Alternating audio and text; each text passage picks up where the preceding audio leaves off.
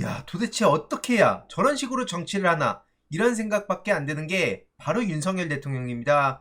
지금도 별의별 소식들이 다 쏟아지고 있는데 국힘 내부에서는 더 황당할 만한 소식들이 계속해서 나오니까 자체적으로도 멘붕에 빠진 모습을 볼 수 있습니다. 어떤 일들이 또 벌어지고 있는지 이번에도 핵심만 간략하게 전해드리도록 하겠습니다. 먼저 이런 단독 보도인데요. 방금 전 나왔습니다. 윤석열 대통령이 장제원 씨를 비서실장으로 기용하기로 결심을 했다. 이런 단독 보도인데요. 와, 진짜 대단하다는 생각밖에 안 듭니다. 지금 이 난리가 난 마당에 그것도 친윤 중에 친윤이라고 불리는 장제원 씨한테 대통령 비서실장직을 제안했다고 공식적으로 확인됐다는 뉴스원 보도가 나온 거고요.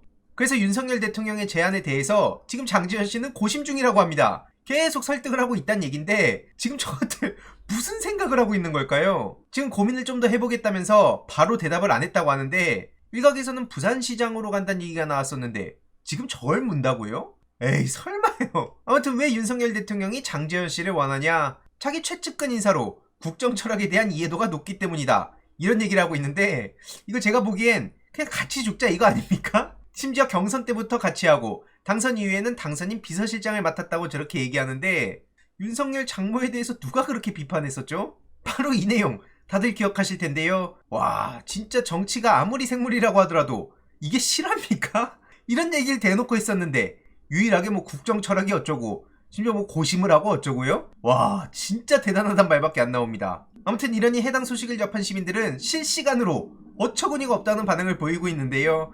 반응을 잘 보시면 아시겠지만 분노, 뭐 이런 화가 난다 이런 반응보다도 알아서 자기들끼리 무너지는구나 이런 반응들이 대부분인 겁니다. 실제로 네이버 댓글에서도 정권 수준에 딱 맞는 인물들이다. 최악의 수다. 그나물의 그 밥 길이는 잘 통할 것 같다. 어떻게 고르고 고른 게 국민 비호감이라 불리는 장제원이냐. 총선 결과가 어떻게 됐든 간에 지금 민의가 어디로 가르키든 간에 그저 친이들 끼고 저렇게 놀겠다는 거냐.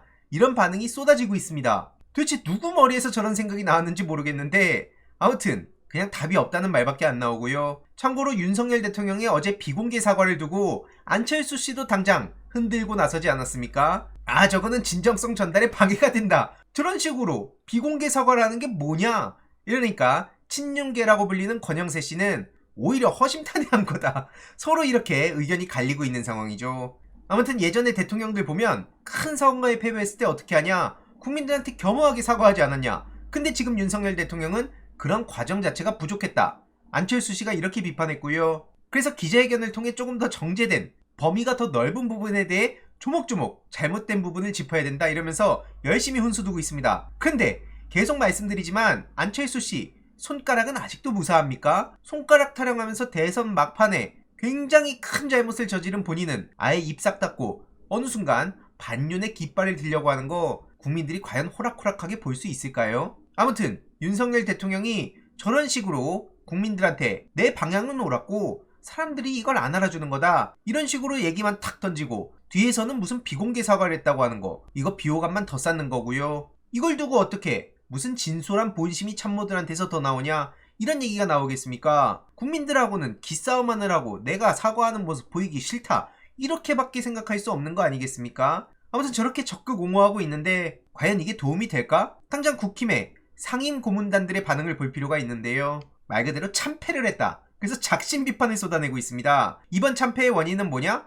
바로 윤석열 대통령의 불통 그리고 당의 무능에 대한 국민적인 심판이다. 정의화 상임 고문단 회장도 이런 얘기를 했고요. 대통령의 독선적 모습이 막판 표심에 나쁜 영향을 준 게 아닌가 생각한다. 이렇게도 지적했습니다. 그래서 더 이상 대통령만 쳐다보는 정당이 돼선 안 된다. 아주 뼈를 때리는데요. 국민의힘이 그동안 대통령의 출장소가 아니냐는 비판이 나올 정도로 그저 윤석열 대통령이 넙죽 엎드리고 눈치만 보고 아예 뭐 정당 정치에서 그럴 수 있다고 생각합니다. 근데 해도 정도껏 해야죠. 특히나 지금처럼 심판을 받은 시점에 아무런 잘못도 없다고 심지어 오히려 저렇게 택도 없는 얘기도 아 대통령이 진정성 있는 사과란 거다 이런 식으로 묻고 넘어가자는 걸 어떻게 받아들이겠냐 이 말입니다. 또 다른 고문은 윤석열 대통령이 직접 기자회견을 자주 해야 된다는 얘기를 하는데 아니 근데 이게 진짜 도와주는 게 맞나 생각이 저만 드는 건 아닌 것 같은데요. 기자회견을 더 자주 하면 아무튼 또 다른 고문은 총선 패배 원인이 결국 정부에 있다고 비판하고 있습니다. 하여튼 지금 돌아가는 상황을 보면 국힘 내부에서도 계속 윤석열 대통령을 비판하는 그룹과 아니다, 잘하고 있다 이렇게 옹호하는 그룹이 나뉜다고 볼 수 있는 거고요. 여기서 빠질 수 없는 게 바로 이상민 씨 아니겠습니까? 지난 영상에서도 말씀드렸듯이 윤석열 대통령 바로 비판하고 나섰고요. 한동훈 씨에 대해서도 어디 전당대회에 나오냐? 그렇게 해서는 안 된다. 이렇게 목소리를 높이고 있습니다. 딱 이상민이라는 사람의 가치는 바로 저런 데서 나오는 거 아닙니까? 자기가 속한 당에 열심히 침을 뱉고 그걸로 주목을 받아서 몸값을 키우는 거. 더 이상 저런 방식의 정치에 호응을 해서도 안 되고요. 특히 젊은 그룹들이 나도 저런 방식으로 정치해볼까? 이런 생각을 한다면 꿈 깨라는 말을 전하고 싶습니다. 저게 도대체 뭡니까? 아무튼 한동훈 씨 얘기도 지금 떠들썩한데요. 야, 홍준표 시장이 그렇게 때렸는데도 차기 대통령 한동훈, 이게 지금 국회 화환행렬까지 이어지고 있다는 겁니다. 와, 이게 진짜 실화인가 싶은데 진짜 다른 세계관을 가지고 있는 것 같습니다. 아무튼 그래서 저 내용이 뭐냐? 뭐 빠른 복귀를 바란다, 사랑한다, 힘내라, 한동훈 때문에 국힘을 뽑았다, 그동안의 헌신에 감사한다, 차기 대통령 가자, 이런 문구가 쓰여 있다고 하는데, 아니 뭐 그렇게 생각할 수는 있는데 이게 과연 국힘 내부의 다른 정치인들이 뭐라고 볼지 벌써부터 기대되지 않습니까? 아무튼 이렇게 대한민국을 지켜달라면서 한동훈을 응원한다는 이상한 빌드업으로 이어지고 있는데, 당장 73년생 한동훈의 저자 심규진 씨도 홍준표 시장을 세게 때리고 있습니다. 저거 좌파 이중대짓 하는 거 아니냐? 역시 사람 안 변한다. 원래 내 책에 홍준표 얘기도 많이 넣으려고 그랬는데 뺐었다. 뭐 이런 식으로 얘기하고 치고받고 난리도 아닙니다. 그리고 참고로 홍준표 시장은 여기 옆에서 김경률 씨가 홍준표 시장을 비판하니까 걔가 사람을 비난하네? 이런 식으로 서로 치고받고 있는 상황이죠. 니 탓 내 탓 계속 벌어지는 와중에 총선을 참패했음에도 국힘 지지층에선 한동훈의 대권을 지지한다는 반응이 심지어 초강세라고 하니까 꽤나 멘붕 오는 정치인들이 많을 걸로 보이고요.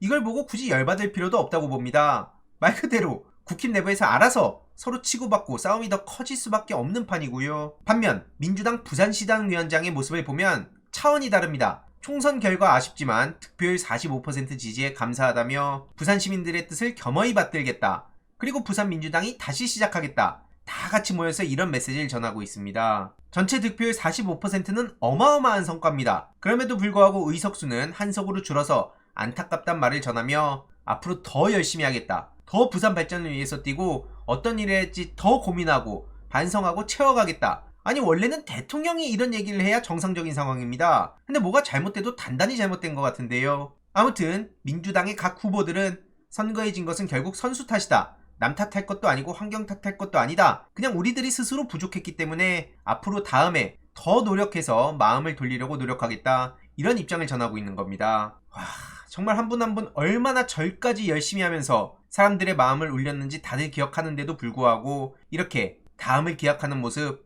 우리가 절대로 잊어서 안 된다고 생각하고요. 이런 분들의 땀과 눈물과 노력의 결실이 결국 다음 세대를 위한 것이기 때문에 저도 계속해서 관심 갖고 소식 전할 예정이고요. TK에 나온 후보들도 우리가 절대로 잊어서는 안 됩니다. 그리고 오늘 이재명 대표는 1인당 25만원 민생지원금을 공식 제안했습니다. 이걸 두고 누가 포퓰리즘이라고 하냐 이렇게 대받아쳤는데요. 최근 윤석열 대통령이 무슨 경제적 포퓰리즘 타령하고 집단주의, 전체주의 이런 황당한 소리를 해서 많은 비판을 부르지 않았습니까? 이걸 제대로 꼬집은 거고요. 어떻게 되는지도 소식 계속 전해드릴 예정입니다. 그리고 마지막으로 오늘 박종철 열사의 어머니께서 돌아가셨습니다. 다들 기억하시는 탁친이 억하고 죽었다는 끔찍한 사건의 피해자였는데요. 60항쟁이 기폭제가 됐었죠. 지금쯤 하늘에서 만나서 그동안 못다한 이야기를 많이 나누실 텐데 하늘에선 편안하시길 바라고요. 삼가 고인의 명복을 빕니다. 결국 지금 윤석열 정부 돌아가는 꼴을 보면 민주화 운동이 끝난 게 아니다. 이런 얘기가 괜히 나오는 게 아닌 것 같은데요.